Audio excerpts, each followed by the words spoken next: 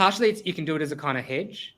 So you think, like, especially if you do it against USDC, like if you've got a whole lot of HEX, but you're afraid the price of HEX is going to drop, then you can chuck USDC in there. So you're buying up all of that HEX as it goes down. So it's kind of a hedge. Yeah, USDC is absolutely fantastic for limit orders, right? Like if you think if we're in, like, say we're in this bear market right now, right? And we want to try to scoop up a bunch of HEX on the next dip. Say we're anticipating that next dip. Then you can go in and use V3 and just take all your USDC and set it below that range. And it'll make you go in all 100% below that range because that's not where the price is trading at, right? So then the anticipation is as that price dips through that range, and you want to keep that range tight. Keep the range very tight. As it dips through that range, it will unload you of your USDC and load you up in that HEX. And then you pull your liquidity. Now you've just turned all your USDC into HEX. And then you can use the same strategy on the way up. You just say wherever we're at, and you're like, all right, I'm going to DCA in a certain amount. I'm going to get rid of 1 million HEX, right? You do a one-sided V3 liquidity right here.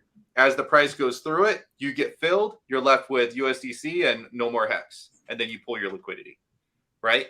And that is the best way to treat a chart with respect, right? If you don't want to be that guy who just dumps 1 million or 2 million or 10 million on the market and affects price, and it just messes with the psychology of the chart, then you can use these V3 positions to your advantage, right? Which is awesome. And we've been talking in this ecosystem. We've been talking about never selling your HEX for a long time now, thanks to ICOSA, right? So you'd be using the same strategy with ICOSA to enter or exit, particularly to exit, right? Like, say you got 5 million HEX stake that's coming due, and you've set that aside as that's my profit stake. So I'm taking profit no matter what, right? So when that HEX stake comes out, you take that 5 million, you stake it Quattrocinco, you sell it to the ICOSA contract, and you get all this ICOSA, right? Now what you want to do is you want to do V3 liquidity with that ICOSA just above the current ceiling price, and you want to get that set before the T-share rate jacks up, right? When we see a T-share rate jack up, that ceiling price jacks up, right? So you just set a very thin trading range above where you're at, 100% ICOSA. Other side, obviously, USDC, but you don't put any in there because you're 100% in ICOSA. When the ceiling price jacks up and people start buying because they see, oh, this is at a discount. This is the premium ain't so high. They buy right up through your liquidity. So and that allows you to sell all that ICOSA for the USDC without doing this. Here, pull up my chart real quick. Without doing this. Right? Yeah. You don't want to do that to the price chart because you're going to eat massive slippage, and it's just bad psychology for the chart. But if you set it like right here, if you see it's bumping up along this 35% premium, and you see on Hexfire Hexfire.io, shout out Crispy Man, jump over there, look at when those T-share rates are going to jack up. Be like, all right, I'm just before we should be seeing it jack up. Set your liquidity right here. And then as it pumps through your liquidity, you're filled. And there will be none of this huge and you get off of a cliff price action and losing all this slippage. And you get all the fees as well, obviously. So that's what a lot of people say, like, why would I provide liquidity? The fees maybe aren't that good. Maybe like, oh, is it worth the trouble? But you can also use liquidity providing to sell without pushing the price against you. Yeah, buy or sell. Yeah. And you're going to see liquidity providing become way more popular once the market turns around.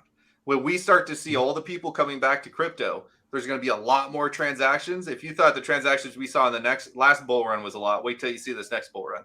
It's going to be insane. And that's where people who really understand how to set these positions, they can actually really make a really good profit. And that's because you need that volume. You need that volume churning in order to get to collect enough fees to make it worth it. Right now, I mean, you might as well have an ICOSA stake because that is where the premium is going to be made right now. Beautiful. That's one of the questions. Where do you? I think earlier too. I mean, I got a few more questions on the doc, but also Actually, just one more quick thing I want to talk about. I just remembered something. So there's a kind of balancing act as well in terms of if you provide a very thin range of liquidity, then that means a lot more of your whatever you have is going to be in that range, and so you're collecting a lot more fees within that range. Whereas if you do a greater range, you'll get less fees because your money is spread out over a bigger range. But it means that the price can't run away. It's less risky for the price to run away from you.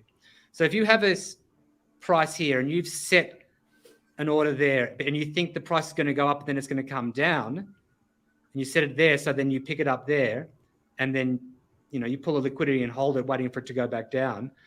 But instead, what happens is it keeps going up, which that means that you're stuck with the shittier thing while the price keeps pumping up. Impermanent loss. That's what impermanent loss is. Yeah. And that's the real danger. So if you have a wider range of liquidity, there's less risk of that.